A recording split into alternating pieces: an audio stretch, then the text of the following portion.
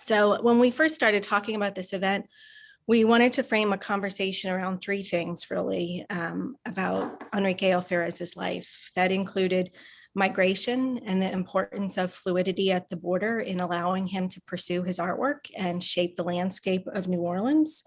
Also wanted to look at his indigeneity and the influence of his Nahua heritage on his artwork.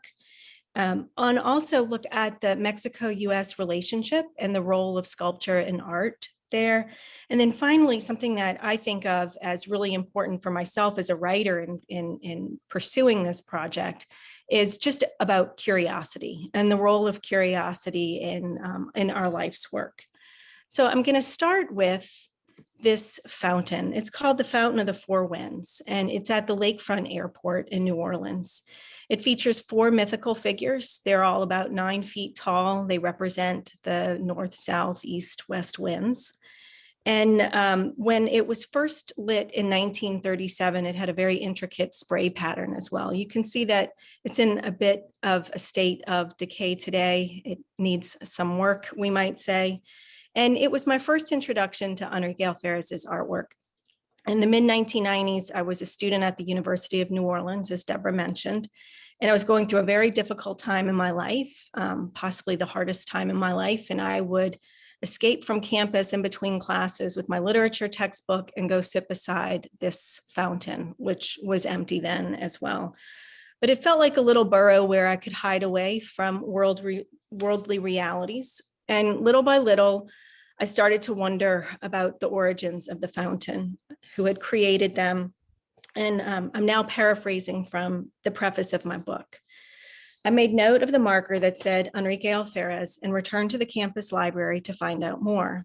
I wanted to know who he was and how he had arrived to that spot beside the airport. I also learned of the difficult journey he traveled to obtain his education and pursue an art he loved. That his journey crossed into times and places in which he suffered the indignities of a segregated society made his path even more humbling.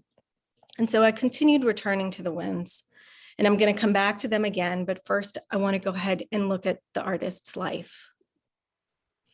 So this is Enrique Alférez. He was a 20th century Mexican artist who helped shape the visual landscape of New Orleans. He lived from 1903 until 1999. And lived in the city from 1929 until his death, working there on and off over 70 years. The photo was taken in his younger years, most likely when he was living in El Paso, which I'll get to, or possibly in Chicago. And it comes from the family papers, where today in the family home in New Orleans, you can find his papers as well as more than about 75 of his figurative sculptures. His work usually focused on the human figure. He was especially drawn to the female figure, and his work is in a few cities in the US, as well as in Morelia and Michoacan.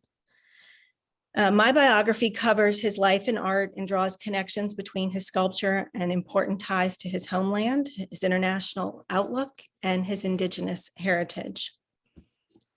These are his parents, Longinos and Clotilde. They had 9 children, 6 of whom survived through youth, and Alférez was among 3 boys. There were also 3 girls. Longinos was also a sculptor, and he primarily created religious figures. He worked on churches in Zacatecas, as well as created sculptures and statues of saints.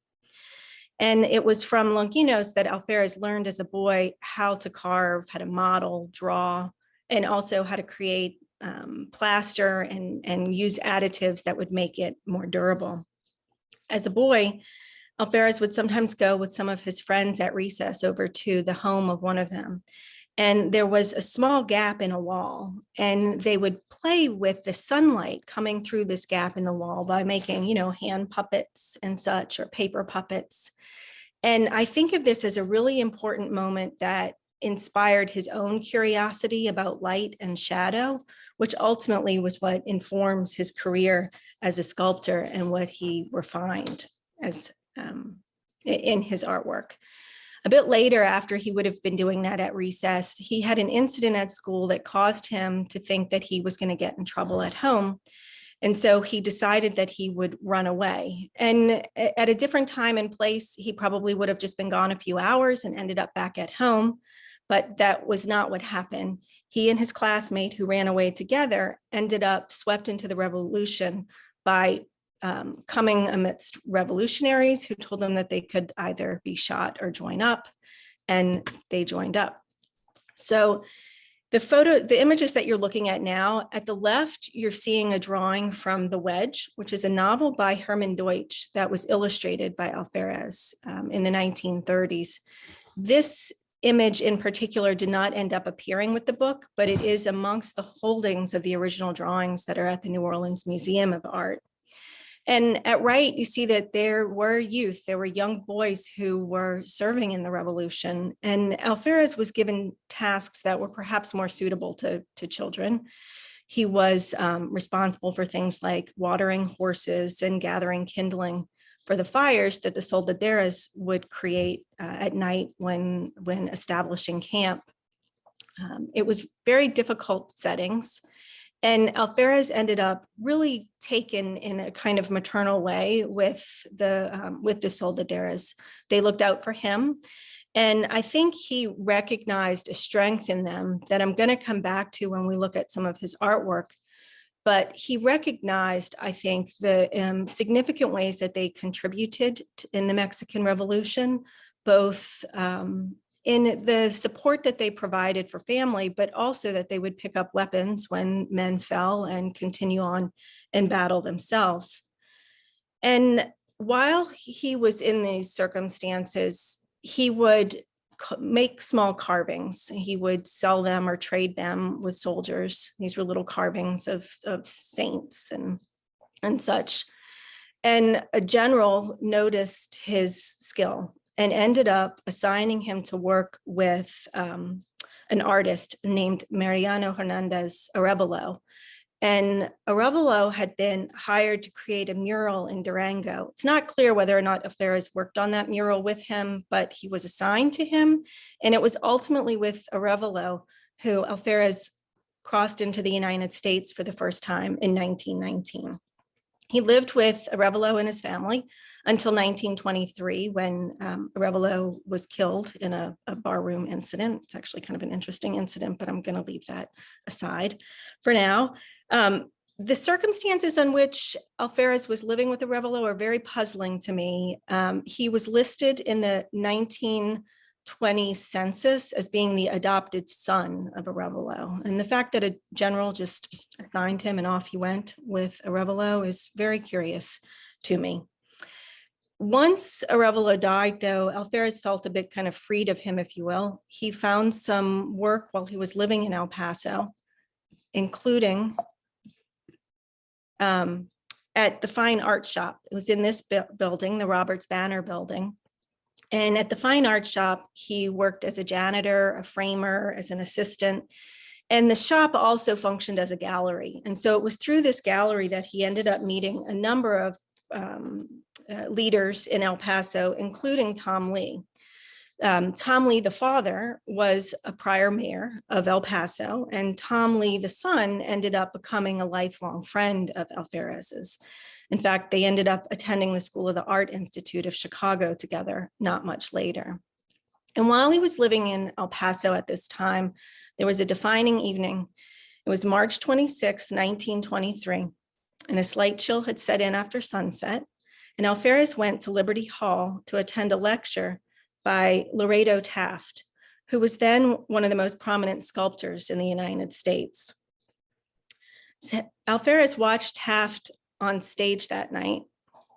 And even more than 60 years later, he said that watching Taft shape clay into a form was like seeing magic. And after the talk, Alférez and a few of his friends went backstage to talk with Taft. And Taft asked the boys, "Who's the genius here?" And they pushed Alférez forward. And about a year later, Alférez went to live and study in Chicago. He took courses at the School of the Art Institute of Chicago, and he ended up living and working in the Midway Studios that were Taft's studio, where he taught students about the craft of sculpture, as well as the history and frankly, kind of the profession of sculpture as well. And it was a really lively place, this studio. Taft would regularly invite his friends, architects, writers, other leading intellectuals in Chicago. And it was an amazing world that Alférez ended up stepping into. And I sometimes try to imagine the difference in his life, shifting from the Mexican Revolution to what he was experiencing in El Paso, to then sitting at tables like this one that you see in the studio, where they would gather on Sundays for luncheon and have conversation about art and romance. And it was a pretty special place. Like the School of the Art Institute of Chicago, Taft's Midway Studio was open to women, immigrants, and people of color when this was not the norm in the United States, and certainly not the norm among art programs. And I think it was really an important part of setting a level of expectation for Alférez that he would be recognized for his talents and his skills, rather than limited by social and legal constraints that people of color faced in the US during that time. So living in Chicago and learning from Taft, he also learned the business of sculpture from Laredo Taft. And Alférez ended up contributing to some of the prized Art Deco buildings in Chicago during this period.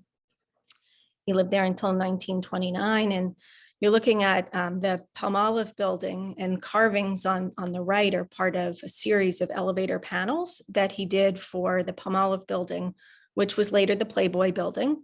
And today it's luxury condominiums, but the artwork is still there, and it's in the doors. You can see images that end up replicated throughout artwork that we will see later as well, particularly if you notice the figure on the right holding the vessel. A little bit later, when we look at a photograph in City Park, you're going to see a similar figure.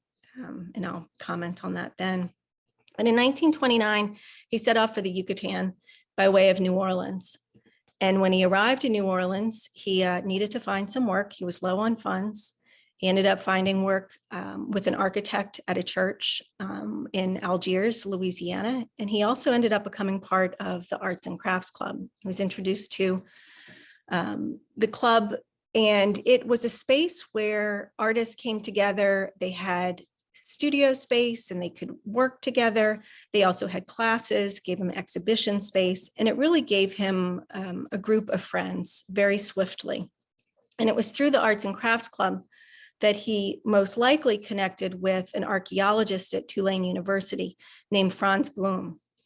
Blum led the Middle American Research Institute at Tulane, and he would often deliver talks about his research trips to Latin America at the Arts and Crafts Club. And in 1930, he led an expedition that Alférez was a part of to Uxmal, to an ancient Maya site where they did create and reconstructed the part of the nunnery quadrangle for the 1933 to 34 Century of Progress World's Fair in Chicago. It was an interesting trip, I think. This is a time of Alférez's life that I would love to know a bit more about. And I feel like it was a moment in which he really gained agency as an artist. He had a significant position of responsibility with this research team, and he made important findings that Blum wrote about in his own research and cited Alférez as the source. And it had to do with light and shadow. And I won't get into the technical details of it, but it more or less had to do with how you can create illusion as an artist by creating work at angles to play with light and shadow. So I'm going to pause for just a moment and reflect. I'm not quite halfway through this talk, and I want to just underscore some of these early circumstances that I was discussing, because they really are important in terms of how Alférez saw and how his seeing influenced his artwork. So we saw the early understanding that he had about the role of women in the Mexican Revolution. And I think that ends up leading to a lifelong effect in his artwork of representing women with a sense of strength. We've also seen his level of acceptance amongst leaders in El Paso, a pretty generous welcome to the art scene in Chicago. And then he returned to Mexico in a significant position of responsibility. So he comes back to New Orleans from Uxmal, and he ends up with work at City Park in New Orleans. The City Park projects were funded through the WPA. More than 20,000 people were put together, basically redesigning the park and making it what it is today. It's a large urban park that is also where the New Orleans Museum of Art is, Sculpture Garden, Botanical Garden. It's really a wonderful community space. And he worked in what was called the Rose Garden, which today is the Botanical Garden. And you can see the figure at left. This is Shriver Fountain, which is reminiscent of those Palmolive building doors. The woman is carrying a vessel on her shoulder, which I think of as long a symbol of female strength and care for family. Women across the world are often in position of walking great distances to gather water for their families. Even in 1970, when Alférez and his family had a home in Morelia, they collected water from a nearby church that is about 2 blocks from the family home. And I think that I see that kind of strength in many of the figures that he created of women. Throughout the park, there's a lot of kind of fanciful detail, like you see it right on bridges. There are images, carvings, and bas-reliefs and wing walls and other details throughout the park. And some of them caused controversy during his life. These do not look particularly controversial to us today, but they did cause controversy, and they really are illustrative of why his work appealed to me. I think it's because he was regularly creating work that many people could see themselves in. And this is where I'm gonna share with you an excerpt from the book that's about these bridges. By early 1936, Alférez had begun working on bridges for City Park in conjunction with the development near a stadium. Considered unusual and striking at the time, the detail on bridges marked a shift from more common stone statuary to figures and relief work in cast concrete, the same material used for the bridges. His work appears on lagoon bridges in 3 areas: on the facades, most easily viewed from boats, on wing walls, and on entry points to bridges. Some of the bridges have romantic reliefs on their facades, featuring floating women, for example, and others have embellishments at entry points with icons for tools, a symbol of the handwork accomplished at the park. Other designs were controversial. On one bridge in the northern part of the park, Alférez included a series of male figures as tributes to the labor and expertise of those who worked on the park's development. Each figure uses a tool: shovel, wheelbarrow, surveying equipment, to name a few. And he included African-American figures. At the time, white society banned African-Americans from the park, a restriction that remained in effect until 1958. Alférez said he got in trouble for including the figures, and that he received letters from irate residents who thought that African-Americans should not be portrayed. But he observed that they were working at the park. And he said, quote, "They had pride in the work," Alférez said. "I know that because I was with them." And with these words, he wasn't just referring to working alongside African-Americans. He was also commenting on how he was subject to similar social penalties. And in projects like this, with the access his expertise as a sculptor gave him, he rebelled against racist social constructs and created artwork that reflected the public more broadly. I think of this as him making a monument to the people who helped to build the park. Now, it's really interesting to me later in it, there's another section in the park that he contributed to a really beautiful fountain that is a site for ceremonies and weddings and all kinds of special events. And when it was unveiled, he was not invited to the opening. And I have to think that that was common. I've heard about it with one incident, but again, he was creating work in a park that people of color did not have access to. And I'm gonna move on from City Park, but I'm going to come back to it because it is essential to what created his long-lasting relationship to the city. He worked in it both in the 1930s and 40s, and then again later in his life. Briefly, I want to touch upon returning to the idea of strong women. This is Molly Marine. This is the first statue monument in the United States dedicated to females, women in the military in the United States. And he created this figure with a hope that it was gonna be a ticket for him to serve in the Marines. That did not end up coming to fruition. He really wanted to serve in World War II, but he was not able to serve in the Marines. He did end up serving in the US Army Transport Service, shipping out from New York, where he lived during most of the war years. The restrictions on many of the materials that he used as a sculptor forced him to turn to other work, and he ended up having a leather goods shop in Greenwich Village and designing furniture and shoes, and it was a pretty interesting period in his life as well. So he lived almost 100 years. I'm going to have to gloss over a few things. He married 4 times. You're looking at a photograph of his oldest daughter named Chloe, who was the daughter of his second wife, Rosemary Huth, who also had been a sculptor and an artist. And ultimately, he met Peggy Selway Alférez. In 1953, they married, and a year later, they had a daughter named Tlaloc, who's named for the Aztec rain god. And they met not long after a public controversy over one of his works of art. It's called The Family.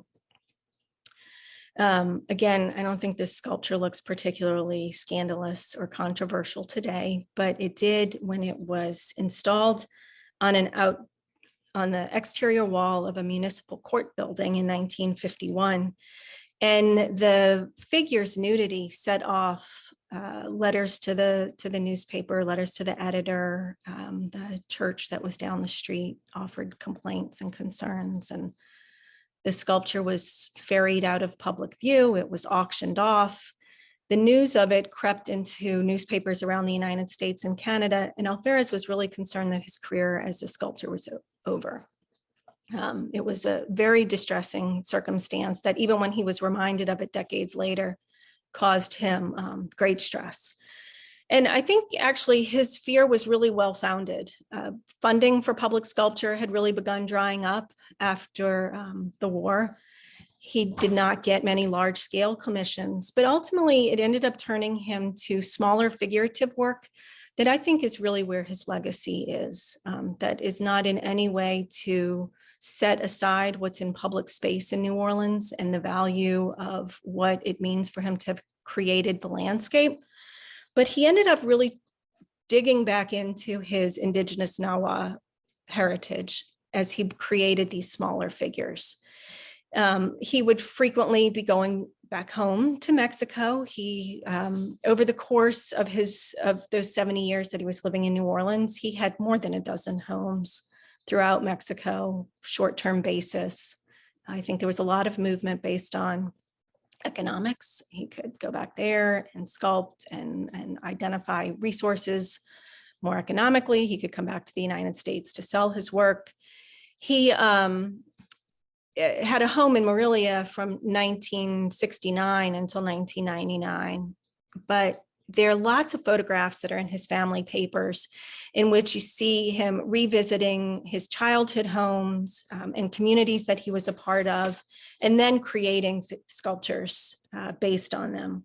These youth on burros, for example, illustrate ties to his homeland. And I think this is one of my favorite series of his works. The expressions in the youth's face and the planes and the lines of the figures appeal to me. And seeing them beside drawings that he was doing around that time as well, it's really fascinating. All of this is in the family papers. He also created charros, or horsemen of the rodeo, which is sometimes said to have begun in Zacatecas. And then I'm going to give attention to two figures in particular that I really think of as iconic in his work. One of them is La Soldadera. And he began imagining this piece really in the 1930s. He wanted to create a monument for the border. That was his initial design for such a figure. But this one that you're seeing was ultimately modeled in the 70s and then cast in the late 1980s. And it's a pretty fierce figure. You see the soldadera with an infant at her breast. She's feeding this infant who is completely relaxed. She has a very fierce face, and she's holding her rifle at her back. And she's looking toward any kind of threat that might be oncoming. Her face has features of Alférez's mother, Clotilde, who you saw the photo of earlier. And there is no evidence that suggests that his mother was a soldadera. Instead, I think this is just a gesture to the strength of his mother, and kind of a combination of both strength of mother and family, as well as that of the soldaderas. The next figure, I think of this really as one of his other iconic images, is Women in a Huipil. This figure was unveiled in New Orleans in 1981 at New Orleans Museum of Art. They own this piece today. It's on loan to the Botanical Garden in City Park at New Orleans. And it is, I think of this as a sculpture that when it was unveiled, really created a kind of homecoming for him in creating a connection between his roots and his chosen home. And the huipil itself, or the garment that the figure is wearing, is also has a connection to his indigeneity and his Nahua heritage, in that this garment itself is a very important garment that is worn both in an everyday fashion as well as in more elaborate ceremonial purposes. And in some cases, a woman might acquire a huipil early in life that she would know ultimately would be a burial garment. And the folklorist Rodolfo Mosquís refers to the huipil as a woman's letter to God. And so I think of this figure as one that that's also really illustrative of his revision process. There are multiple versions. He was regularly working out the placement of the figure's feet, whether she's on the balls of the feet, the turn of her head, really seeking to find just that right sense of emotion and power in the figure. So I'm now going to move into kind of the last two parts of my talk. One is that I want to talk about the social lives of sculpture and art. And I do that through thinking about some of the work of June Jordan and Laredo Taft. I'm pretty sure that I'm the only person on earth who has ever put these two people on the same slide. And June Jordan was a Jamaican-American poet and author. She was bisexual. She wrote about immigration and gender and sexuality. And she lived from 1936 until 2002. And then Laredo Taft wrote the first survey of US sculpture. And he was born in 1860, and he died the same year that June Jordan was born. So he died in 1936. And bringing their ideas together and thinking about the social lives of sculpture and the social lives of the writing and artwork that we create, whether we're filmmakers or writers or essayists, we create these things, we put them out into the world. And then, as June Jordan said, these things, these objects, or as she was referring to it, poetry, it becomes a political act, because it's about telling the truth about what you feel or what you see. Each of us has to get in touch with himself or herself in a really deep, serious way. And ultimately, poetry becomes a means for useful dialogue between people who are not only unknown, but mute to each other. And I think about this in terms of Alférez's artwork that's in public space. Like that happens with fountains and figures and monuments as well, that as we visit them, we're sort of mute to each other. But the work itself can end up creating a dialogue amongst us, and it creates a shared experience for our community too. Taft approached the same kind of idea, but from a slightly different direction. He said that, and he taught his students about how sculpture and figures and monuments are both shapers of community and then also reflective of community. And he acknowledged that it was through art that we can send greetings to a world unborn.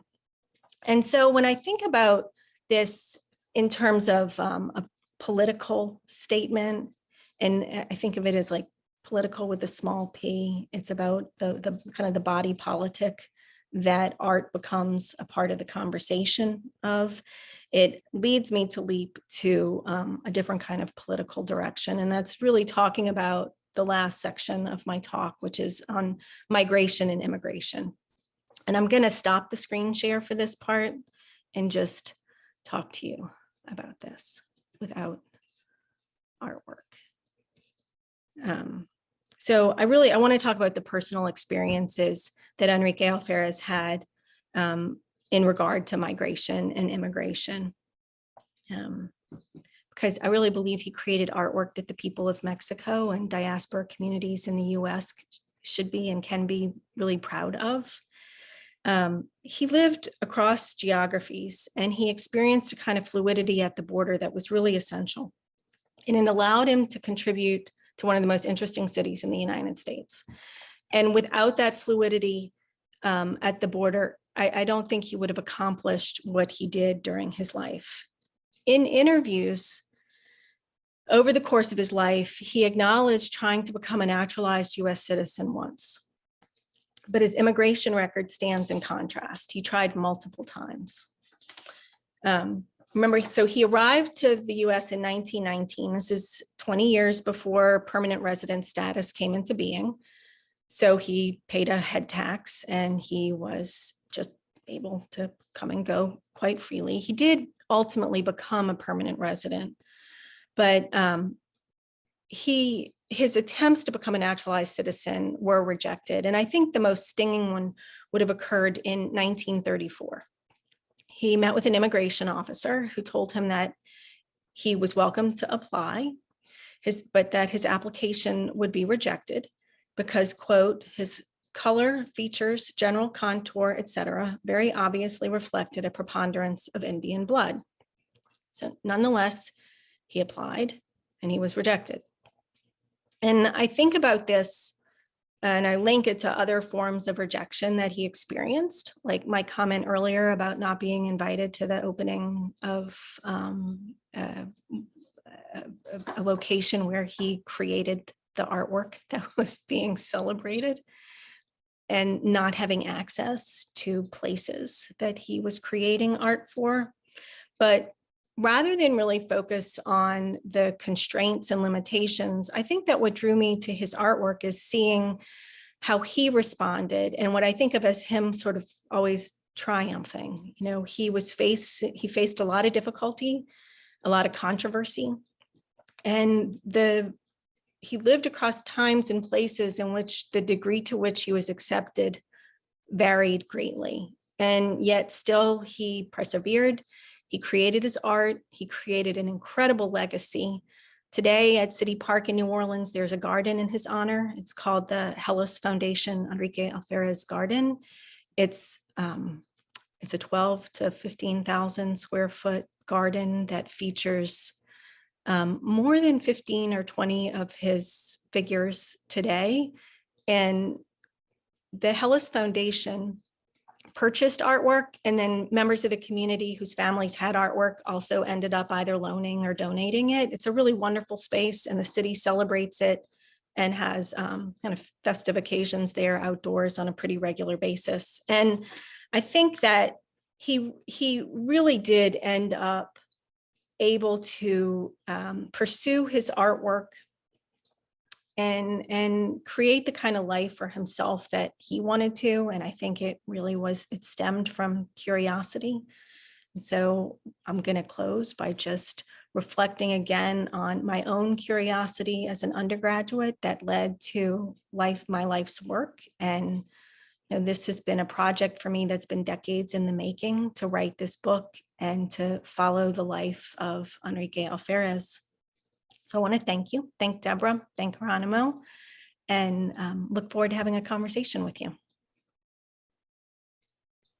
Thank you, Katie, for your great presentation. Yeah, I mean, I had the chance of reading your entire book. Highly recommend to everyone. But I think the presentation you just gave us really does give a great overview of some of the main points that you touch on the book. And so I guess we can start discussing. Most of Alférez's works, as you showed us, are works that even if they were privately commissioned, they exist in public spaces that in one way or another shape the New Orleans landscape. And so as such, we may call his art community art, which is defined as art in any media characterized by interaction or dialogue with the community. So I'd love to hear both your thoughts and Professor Duarte-Riascos' thoughts on how, in what ways do Alférez's lifelong oeuvre interact or exist in dialogue with the New Orleans community. So kind of thinking about this concept of community art and how it shows up in Enrique Alférez's works. So whoever wants to go first. Well, I'm always happy to keep talking, but I think maybe you're I'll give you as expert. So I'm very happy for you to comment on this too. I mean, I think that his work is both kind of reflective of the character of the city, but he also really shaped the character of the city through his art. If you can't really travel more than a mile in New Orleans without encountering his work, that doesn't mean you'll know it's there. That also doesn't mean it's marked.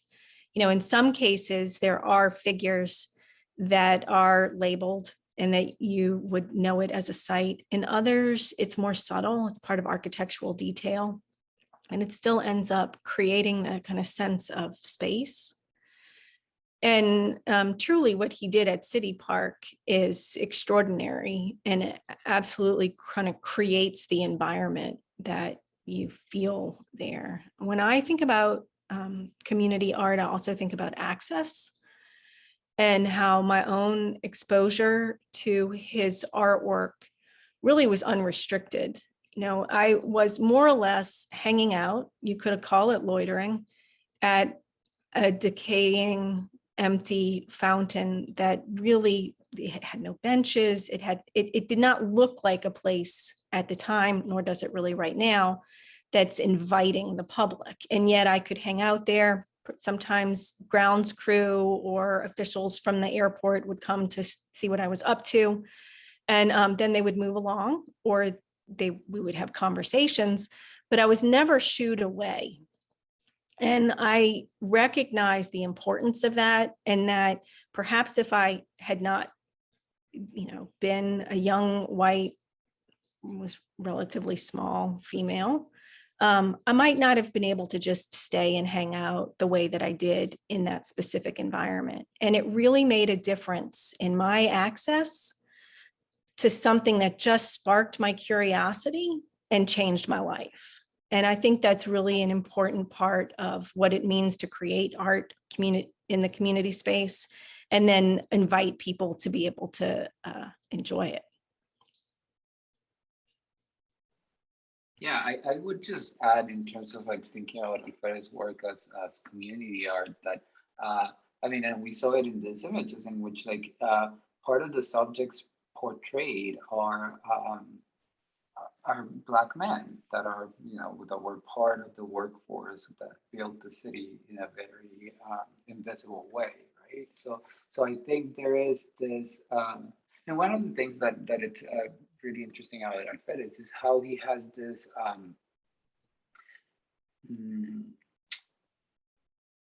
dialogue with the oppressed, if you will, sort of depicting them, making that visible, but at the same time, and this is something that Katie touches upon in her book, there is a lot of admiration and respect for classical forms in sculpture, right? So he's constantly trying to negotiate those things, and I think that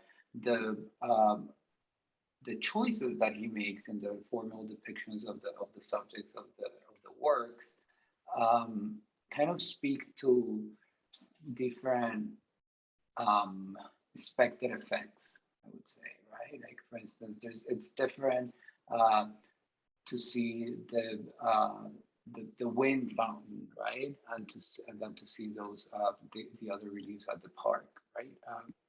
And I think that it's also important to note that some of the works were funded by the WPA, right?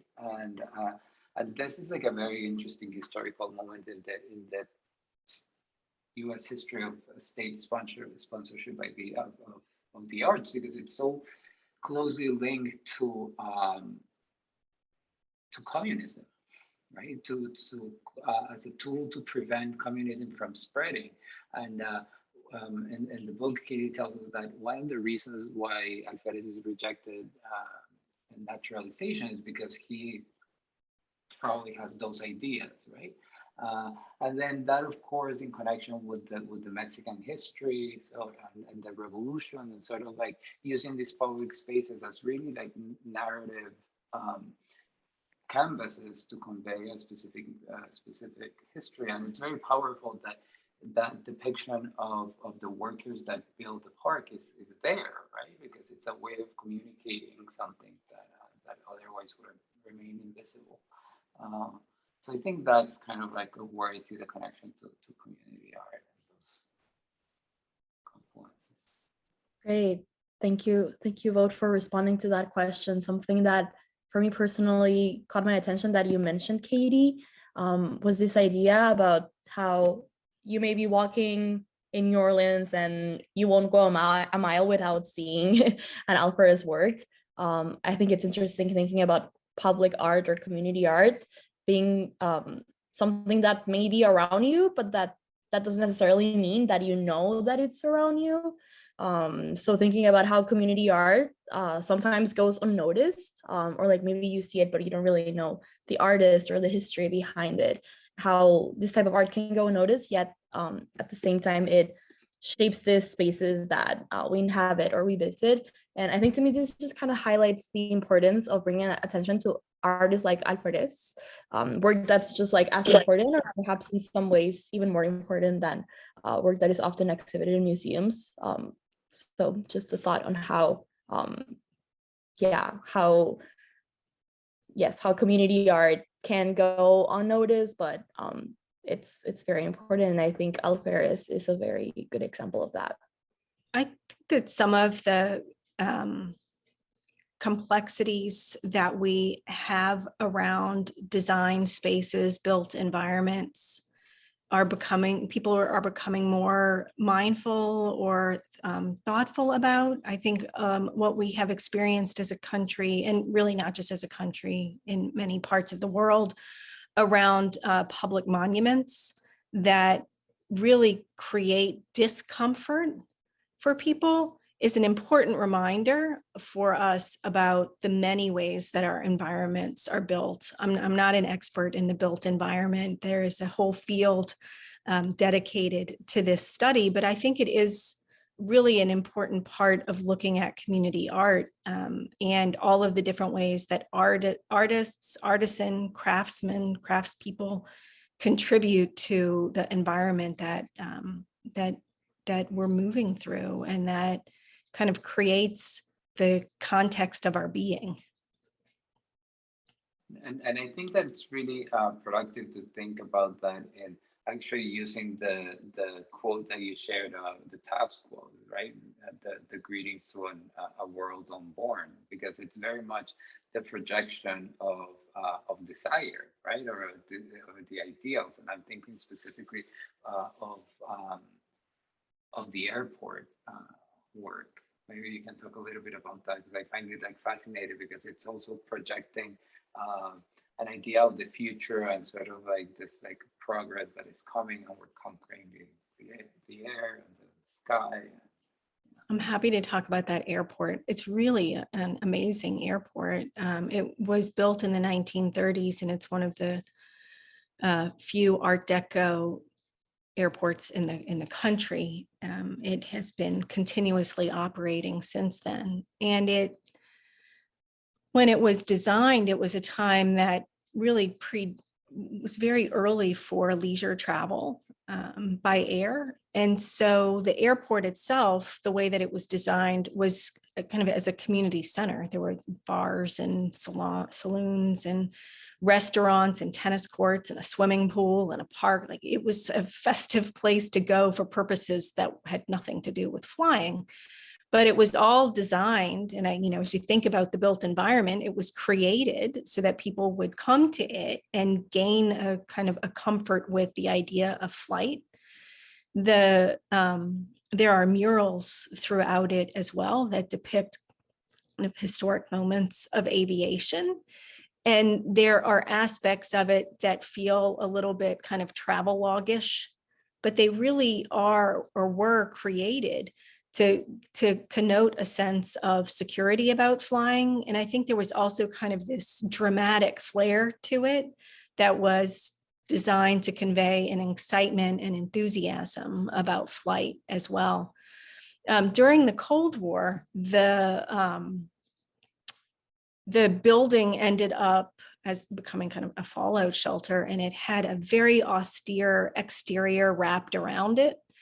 And when Alférez died, he was not aware that the original facade was still under it. And one of the things that happened after Hurricane Katrina was that the airport was fairly significantly damaged. And as they went to restore it, and they were able to remove that old austere exterior, and find that the architects had really worked diligently to preserve what was the original facade beneath it.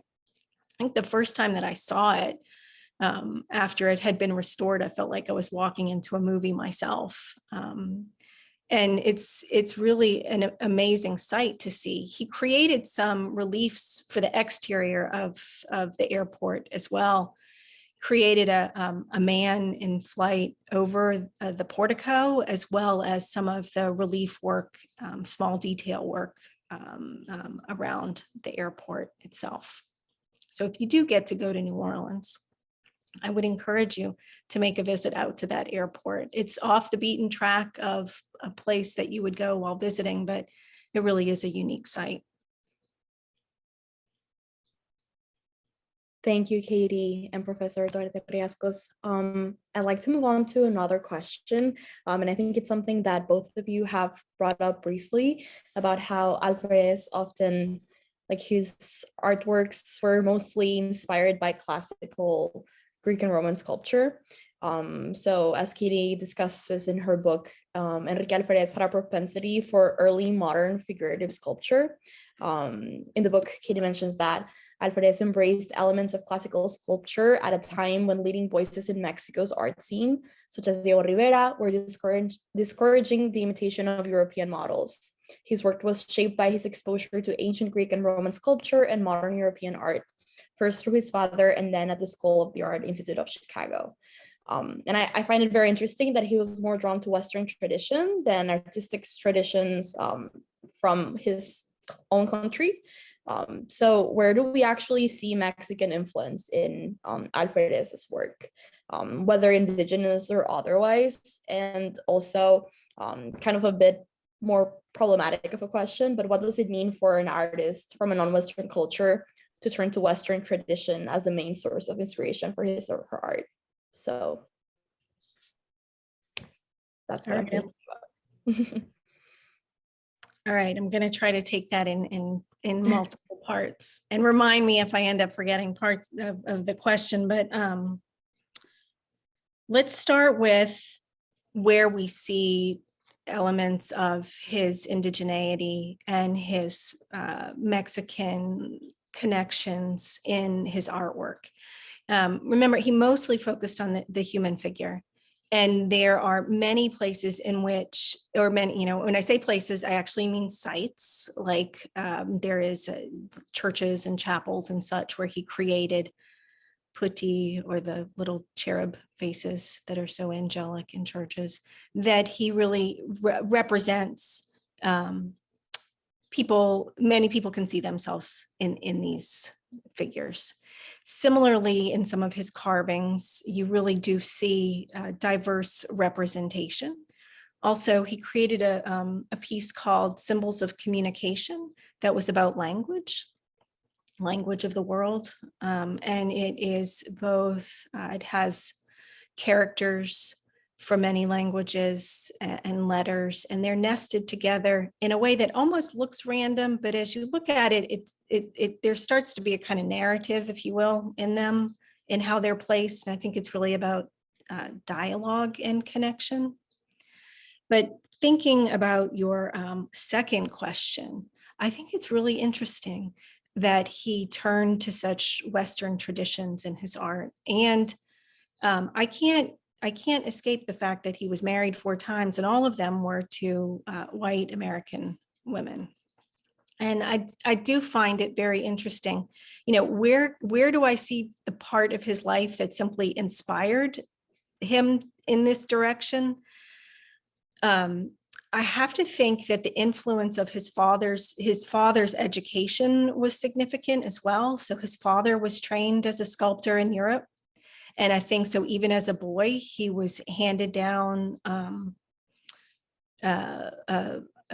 European traditions, as well as the influence of the Catholic Church in creating the artwork that he did early on in his life. And then, you know, beyond that, I have to think that the influence of Laredo Taft was significant, and that shaped the body of artwork that he came to know.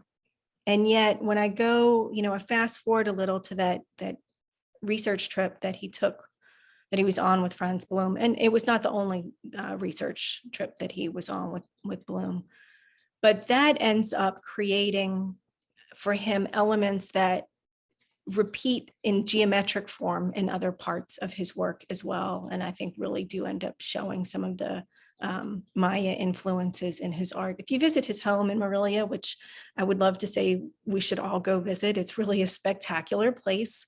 And there are wonderful carvings like indoors and that are reminiscent of the kinds of motifs that you might see at Ishmael. Maybe I'll pause there. I'll just add very briefly a couple of comments. I think that one work that is really useful to think about these issues is that small figurine of the woman with the huipil, because I think that really there you can see kind of I was going to say his struggle, but I don't think it's a struggle. Kind of like his approach to both of these traditions, because it's interesting to think that at that moment, the huipil is being sort of like rescued as this garment that was that was proper to the modern Mexican woman, and like with the muralists and the revolution, there's this very kind of like interesting switch in which the modern Mexican woman is actually the woman who's attached to the past, right? So there's kind of like an entrance to that past through garments and clothing, right? But that figure of Alférez is very it's very classic. I mean, that would be it, but it's it's very much reminiscent of classical sculpture as well, right? So I think it's and he kind of blends that in a way that it's not problematic from my perspective, and I find that interesting. And especially Katie mentions in the book that he once is asked about nationality, and he says that nationality is a limitation, right? So I think that his work is perhaps less influenced by like an authentic national culture, and more by his own kind of experience of migration and travel and encountering all these things. Because when you think about it, it's kind of his life story is so fascinating, because not only curiosity but chance, right? Like he just like happens to be basically kidnapped by the revolutionaries, and then like, you know, that changes his approach to the female figure, and then, you know, he happens to be adopted and moves it to El Paso, and then from El Paso to Chicago. So everything is sort of like very serendipitous, and I think it's informing his way, his understanding of art. And with that, I think that he also is interested in describing himself in a genealogy and a lineage of art that is European. I think there's that as well. Thank you. Yeah, I think it's so interesting to think even about the role of chance and kind of forming this lifelong work of Alferez, because you're right, it definitely plays a big role. I And think kind of, Mhm. I was going to just add one thing about chance that has puzzled me and that I have tried to unravel, because I keep thinking this can't just be chance, and yet it also might have been chance, was how he met Franz Blum. There are so many connections that could have been connectors for his relationship with Blum. I mean, you know, in a really circuitous way. So Laredo Taft had worked with an architectural firm that also designed the Louisiana state capitol, and there were connections between Blum and people in New Orleans, who I have to think that there could have been introductions facilitated, but there's no evidence that I have found that it was anything but chance in terms of Alferez potentially meeting Blum through the Arts and Crafts Club, or through just person-to-person introductions.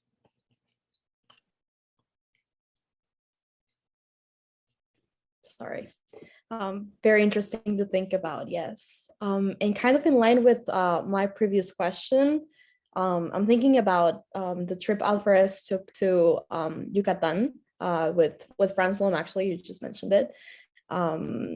I'm thinking about how this trip influenced his career. So I'd love to hear a bit on what do you think about that, Katie? And then more broadly, talking about art, just more in general, what does this idea of the homeland often mean for artists that work in a country that's not their own? Because that was the case for Alferez, right? You know, and I feel like going back to Mexico, to Yucatan, to Uxmal, to work on this project that was basically related to what like some people may consider kind of like the roots of like Mexican culture and society. How did that influence his career? And then going back to the other more broad question that I had, what does this idea of the homeland often mean for artists who are immigrants in a different country? I'd love to hear. I that's the question I really want to answer. It's a fascinating question that is very much a part of my life as a poet as well. But I'm just going to start really briefly about that visit with Blum to Uxmal, because I do think it was a really important moment. I mentioned it in my talk about it being a time where he gained agency as an artist. And he was tasked with being the lead sculptor. Now, there were two sculptors, but they worked day in and day out to be able to create the replica of part of the nunnery quadrangle. And I think that his experience of being able to make observations as an artist that also had resonated with research value for Blum, that were beyond reproduction and were about the actual creation of the site where they were, was really an important way for him to be seen also as like an intellectual contributor that was important to him and for his continued role in the work in the way that he brought to projects and group projects. And I think of sculpture really as a collaborative process. You can't go through the casting process in bronze without involving many people in the process, from the model to those who are working in the foundry. It's just like a lot of people coming together. And I think his ability kind of to be the lead in that took shape early on with the work that he did at Ishmael. But your question about the idea of homeland and migration and what I think of as location and dislocation is something I return to frequently in my writing and in my poetry. And I often think about, which I recommend everybody read if you haven't yet, the introduction that Czesław Miłosz, the poet, wrote in the book Exiles. It's a book of photographs by the photographer Joseph Kudelka. And he writes about the experience of dislocation. And he's writing about it as an immigrant in the United States, but he also broadens it to address what it means simply to find the familiar, unfamiliar, and the many different kinds of dislocations that I think of as having throughout life as well. And I think that we certainly see the ties in Alférez's work to his homeland, but that for many artists, home, that elusive idea of home, what is it? As well as the connection to our homelands is really important. I don't know if I can add too much to that, because I think the idea of homeland is really big and complicated, and I think that it really depends on each artist's work. But and this is just like my opinion. I think that perhaps a constant that you can see in quote unquote good artists is this sort of like the impossibility of a homeland in a way, right? Like this continuous, and I like, Katie, when you mentioned the word dislocation, right? Because there's something about the artist's experience that is not totally in tune with its time and its culture and its legacy and everything. It's an uncomfortable relationship with society, right? That I think that complicates this idea of homeland, because it's in a way it's if you're asking questions, you're like artists do. That safe space of homeland, that where you get all the answers, is kind of like negated. But I don't know. Well, I love that phrase, uncomfortable relationship with society. I certainly feel that way as a poet. I feel like, your job, in a sense, going back to June Jordan, of the act of writing poetry as being a political act because it's about truth telling. Well, that doesn't mean it's actually literal historical truth for the poet, but it's a kind of truth telling in seeing and having that kind of uncomfortable or tense relationship with society and the world.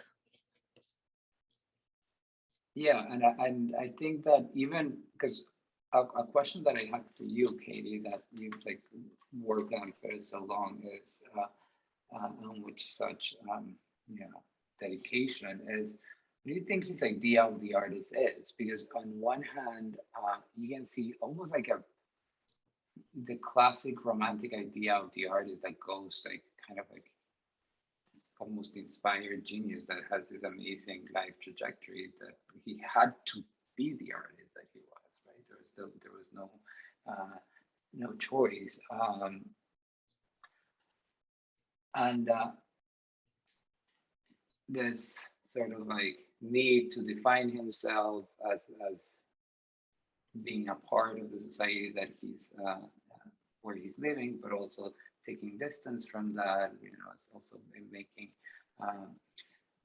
making a project that would allow him to leave, to earn money. I mean, part of the preoccupation with the censorship was that he was not going to get any other jobs, right? So sort of like articulating all of these things while being an artist, and the artist as a figure that is kind of like outside of society, right?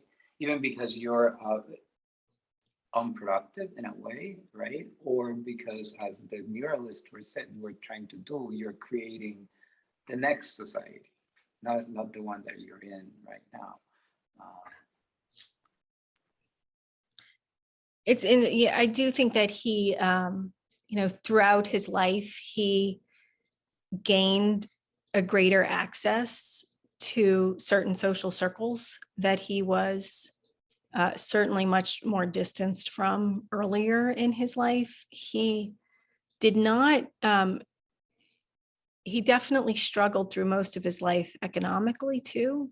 And I think in looking at the body of his work as an artist, I can see the difference between the work that he pursued for commercial purpose versus the work that came out of his imagination, and you can call it his heart or his inspiration or wherever you want to say it came from, but his vision as an artist. That doesn't mean that they were executed with any less attention to detail, but there is a difference. And so when I think about just who is the artist, for me, in writing biography, and this is the first biography that I have written, I had to keep asking myself, what is a person? And it forced me to think about, even of myself, who are, there were lots of existential questions throughout the process in terms of, are we an accumulation of what we have done? Yes, we are. But then, how do you isolate all these other moments throughout life that end up leading to something? And if there is difficulty or failure at the end of the life, does that end up defining it? There were lots of these kinds of questions. I also had to do a lot of untangling of my own emotional connection to the subject. Obviously, I really like the subject. And I needed to make sure that I also brought a level of objectivity or sensibility to take off my rose-colored glasses at times to see his life in ways that, created a sense of who he was and the complexities. I talk write in the book a lot about how he was accepted and how that changed the kind of social norms, if you will, of the United States changed so much over the course of his life. But the same is true of how his relationship with women too. I mean, how women were treated and seen in society over the course of that, let's just call it 100 years from 1903 to 1999, also changed a lot in the times and places in which he lived. And while his artwork depicts strong females, he, there were moments in his life in which his relationships with women are in question. And there were some real challenges and some stormy and turbulent relationships as well. And so that to me is another kind of tension in the work that he produced and his desire to portray women with strength, but also look at this other kind of tension point. It's a little bit of a tangent from what you were asking about, but I think it's related to the question of, who's the artist and who's the person. Thank you. So we're almost out of time, but before ending our conversation and opening up a short Q&A for our audience, Katie, can you remind us where your book can be obtained by our wonderful audience members? Sure. Well, my preferred place to tell you is to order it through your local independent bookshop. But you, of course, can also get it through online sources. You can get it directly from the Historic New Orleans collection or on Amazon as well. Like you can get your shoelaces and everything else.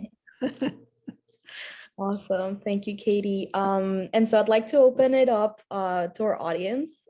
Any questions about anything we've been talking about or any other things about Alferez's work or life? Feel free to raise your hand and we'll call on you. Ricardo. Yes, hello. First I want to say thank you so much, Katie, for being with us and for sharing some of the work and the life of Alferez. I think it's absolutely wonderful and exciting. And also thanks to you, Professor Duarte-Riascos. Mine is sort of more of a comment rather than a question. So for the kind of stems from the previous question, because I was seeing some parallels with another figure that you might be aware of, Jean Charlot, who was a French-born sort of Mexican-American artist and cultural figure who in the 20s came to Mexico City with his mother from France after his father passed away. And he was very involved with the Mexican muralist movement.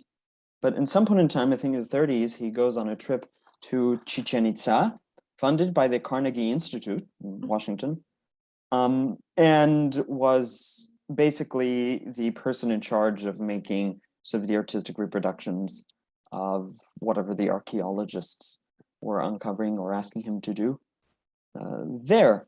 But it was sort of what's interesting was on this question of cultural identity or homeland, because despite the fact that he was half French, he sort of always identified himself and presented himself as a Mexican artist.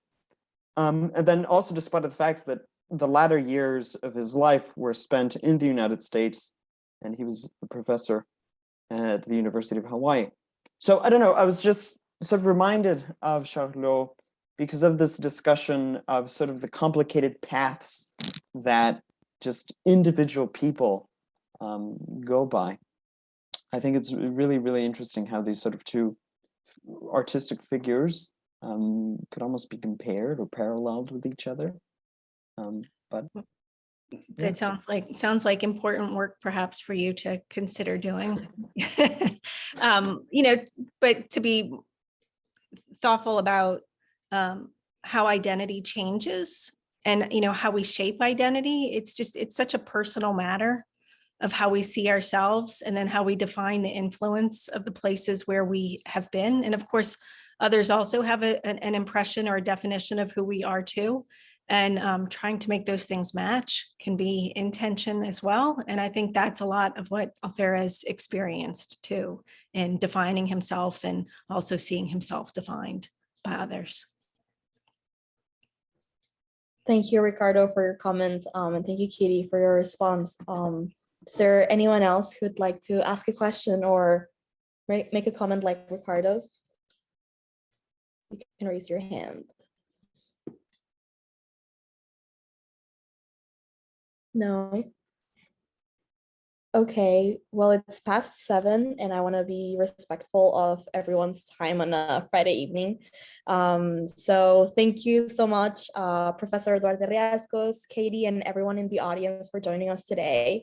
I hope you enjoyed this conversation and be on the lookout for emails in January about possible future events, and we look forward to seeing you at those, and have a lovely Friday evening and a nice weekend. Thank you so much for it. Thank you. And get the book, yes. Thank you so much, everyone. Happy Friday.